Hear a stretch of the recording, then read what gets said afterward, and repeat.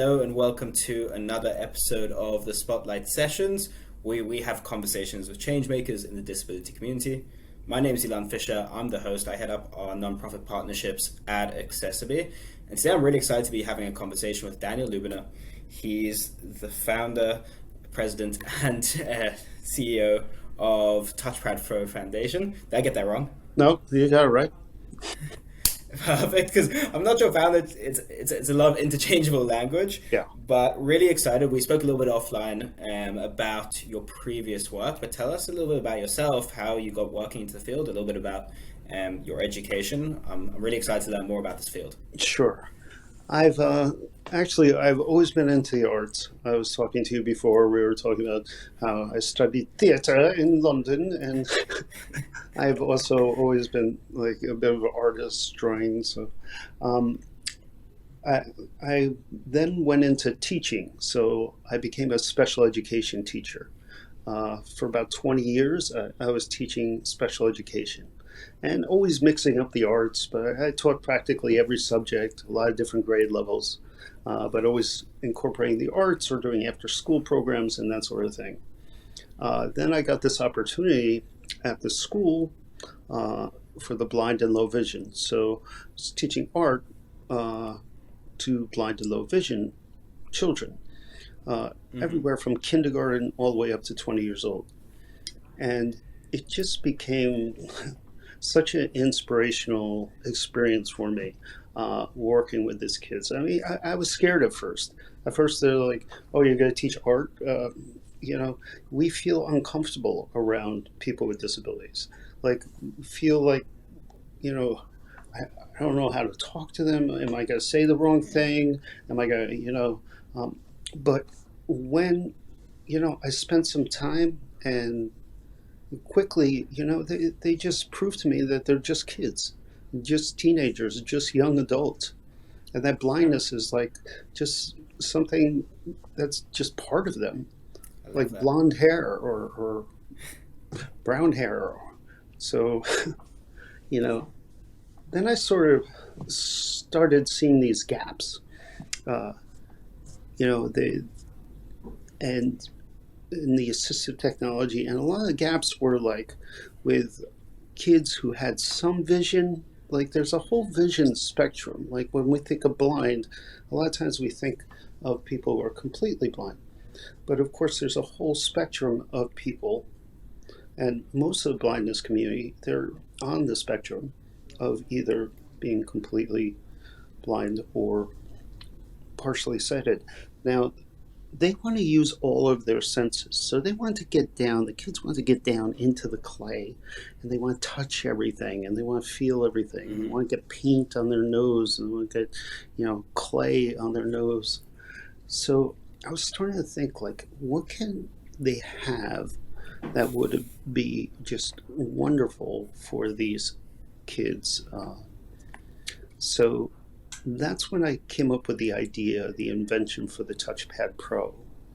Now, the TouchPad Pro, it's going to be a little confusing here, but the TouchPad Pro is, a device of the future. That's basically what I was trying to do, was look down the line and say, with all this space age technology and all this new stuff, how can we make like an iPad for the blind? What if it had thousands of pins that could raise and lower to different heights, but not just a little bit, but could really raise and lower so it has contours and you could feel someone's face on there. And what if it was also made for the low vision community so they would be able to see it in full color? So it would also be LED and be able to be tactile.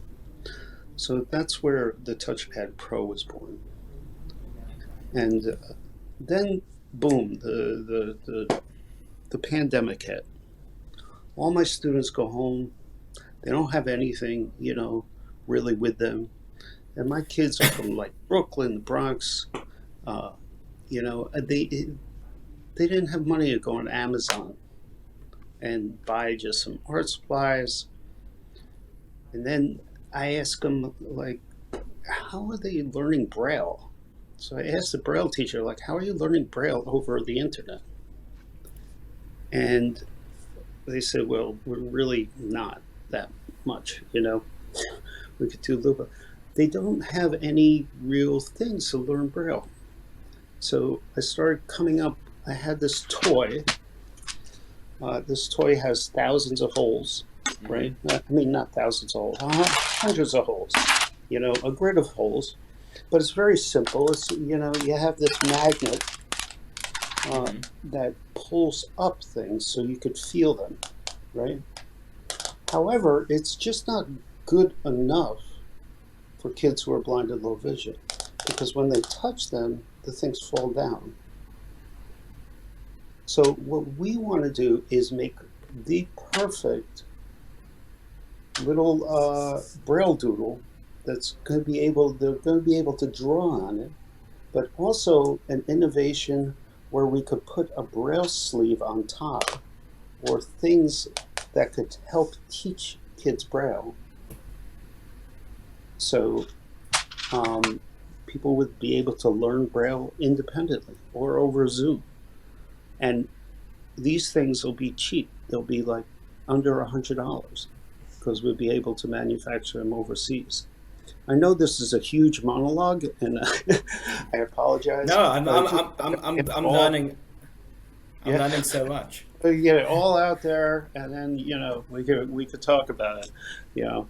And so we started the TouchPadPro Foundation. So the TouchPadPro Foundation is just focusing on the Braille Doodle right now and getting that out there. We've already had some significant donations. We're looking for grants, and of course, anybody who wants to donate to become a part of this mission, which is to help kids all over the world learn Braille. Because we found out that it's not only the pandemic that's stopping kids from learning Braille.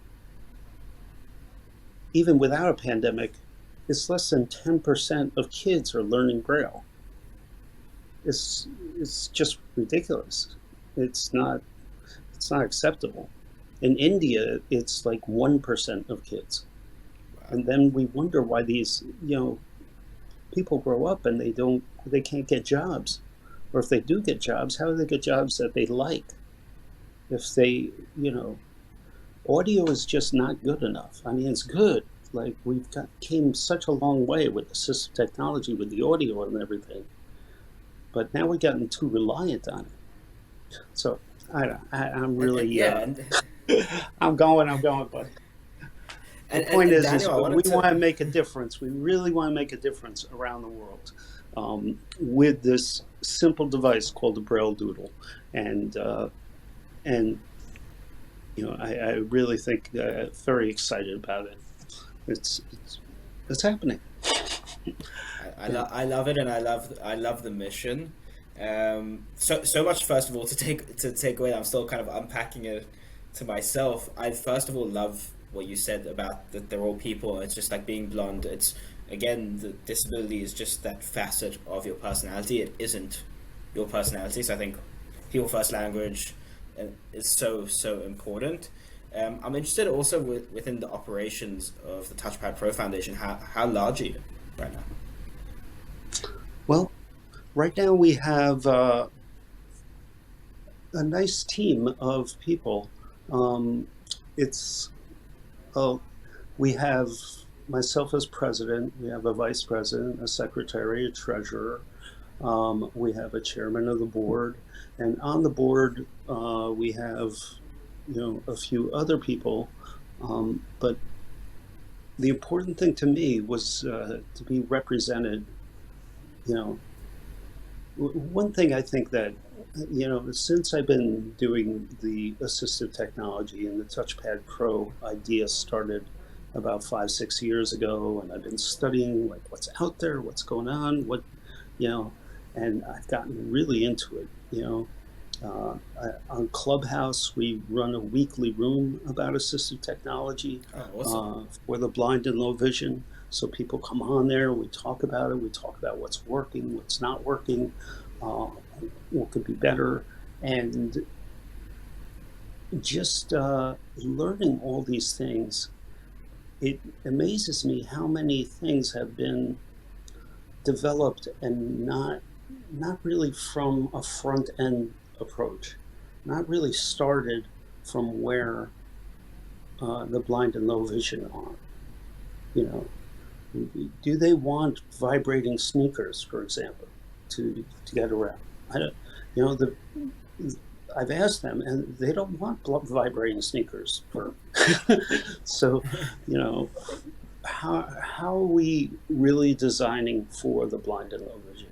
You know, so that's Do you have any additional insights on what would be the best way to design for the blind and low vision community from your experience?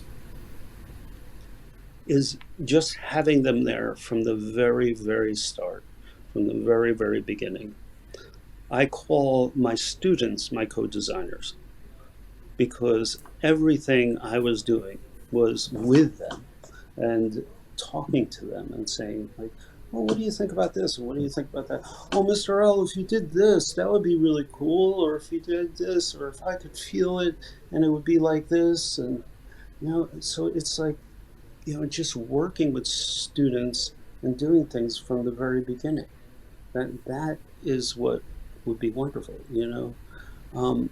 Like, they're coming out with some stuff, some tactile displays that have like a single line thing. And it's going to be hard for people to make that out. Like, what is a single line thing if you've never seen anything, right? So instead of just, you know, instead of going there, we're trying to think about some three-dimensional. So, like I said, it's about discussions. It's about constant things. So, one of the people on my team is orientation and mobility specialist. Okay, so we talk about how we could create maps, how we could think about like using even something simple like this. In the video on my website, TouchPadProFoundation.org. Okay, on the website, you'll see that there's a young man who I'm working with just like a prototype, some things. And one of the things I do is I say, okay, this is your house over here, right? And this is the street, and this is a cul-de-sac down here, okay? And this is a house over here, okay? We could feel the front of your house, and then we could go across the street, and you'd have to go to the left a little bit to get to this house. And then this is the and he was like lighting up. He never really thought about like how that looks from a perspective of being able to experience the whole thing around it, because you're experiencing it, you know, a cane tap at a time. So to be able to use this for orientation and mobility, it's another great use case scenario, right? So it's but again, like all these things come from talking to people from the blind and low vision community right from the get-go, saying, is this working? Is this not working? You know, yeah, that sort of thing. It's awesome, and it's something that I'm definitely incorporating more and more. Working, I have somebody on my team who's he considers himself blind and uses a screen reader, so I'm always learning on what works and how this Word document can be better, or how we can communicate better. And I think it's making both of us have a deeper understanding, and then when the next person I interact with, I'm going to have an even more positive experience. So Daniel, with your wealth of experience, I'd love to hear a little bit on what accessibility means to you. I'm just, you know, it's just thinking, like, when I think of abilities, like things that people can do and how we could help like eliminate these barriers, there's just so many things that we need to change. And for me, it starts with the children. It starts with giving them an education and giving them the proper tools that they could use, so when they get to high school, they could get through high school successfully. When they get to college, they could get through college successfully. When they pick a career, they could think about doing that. Like right now, the statistics for the blind and low vision community with college and employment, it's really sad. Like only 32% of people who are blind and low vision graduate high school. And this is the United States, right? And only 16% graduate college. And then we have 70% who are unemployed. But we found out that of that 30% who are employed, 85% of them know Braille. So, well, it's kind of, for me, it's like a no-brainer. If you like learn how to read and write, you're going to be doing better in your life of education and employment. It's going to open up more choices. But the reason I was stumbling over that question to begin with, because I've been a teacher of students with disabilities, multiple disabilities, for 20 plus years.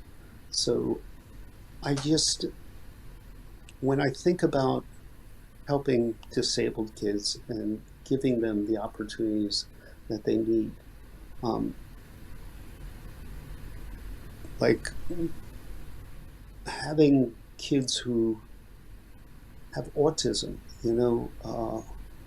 that's becoming like 1 in 5 kids like fall somewhere on the autistic spectrum. Like, I have to say, a company like yours, okay, I've been pretty impressed with what I've seen so far, because the way you could go on to accessiBe and click the little thing and see that there's, okay, it's not only for one disability, but you have it lined up so you can make websites accessible for people with all types of disabilities, like ADHD, or somebody who has dyslexia or needs it to, and it's not this complicated thing. You just hit it and it switches your website around. So I see tremendous potential for programs like accessiBe for making things accessible. Thank Web you. page. Yeah. And again, only in partnership and in conversation with the blind and low vision community, the community of people with cognitive disabilities, that's the only way that we're going to get better and progress, because there's always going to be room for improvement. And Daniel, really the last question I want to say, and actually I had a comment before that, is I love that your answer had education about children. I had somebody else on the podcast who came a couple of weeks ago, and she told us a story of how she pairs up kids with disabilities and kids who don't identify as having a disability, and said that was one of the most tremendous and impactful programs they had, because both kids ended up coming out with a completely different perspective about their life, and then when they went and got older and graduated in their future jobs, like hiring a person with a disability wasn't a fear or a challenge, but rather an opportunity. So thank you for that note. I think more and more people need to get to that point. So really the last question, and it took me a while to get to it, is what is your message to the business community or even the education community on how to better cater for the blind and low vision community? Like, what would your advice be to them? I think the most important thing, as I said before, I hate to sound redundant, but is to have the blind and low vision involved from the very beginning. Do not create things and think that they're going to work. Like, I think it's going to work with them. It's going to really help them. And then I'm going to test it on them and see how it works. I mean, I've heard stories where people have created assistive technology for someone, and then they get someone to test it, and then they get upset that it's not working the way they want it to work, right? So they don't even listen to the person who's giving them the feedback because they don't want to hear it, right? This is something I created. So, and for businesses, there is such talent out there, such imagination, such creativity, and it's so untapped, like try to see beyond the disability and think about like I don't know, try to see beyond the disability and understand that these people, because they go through what they go through, because their lives are filled with problem solving and working things out and being able to figure out different ways of looking at it. There's really people with disabilities, people who are blind and low vision, are going to add tremendous value to your company. Tremendous value. Wow. And I love that, and I think it's such an important closing message about the value that people with disabilities can bring to a workplace and an organization. Daniel, I wanted to really thank you. Your perspective is incredible. There's a lot of takeaways that I gonna take away and unpack and learn. And again, we're all on this journey of getting better and improving. And I'm really glad to have your voice and your perspective on the show. So until our next conversation, cheers. All right, take care.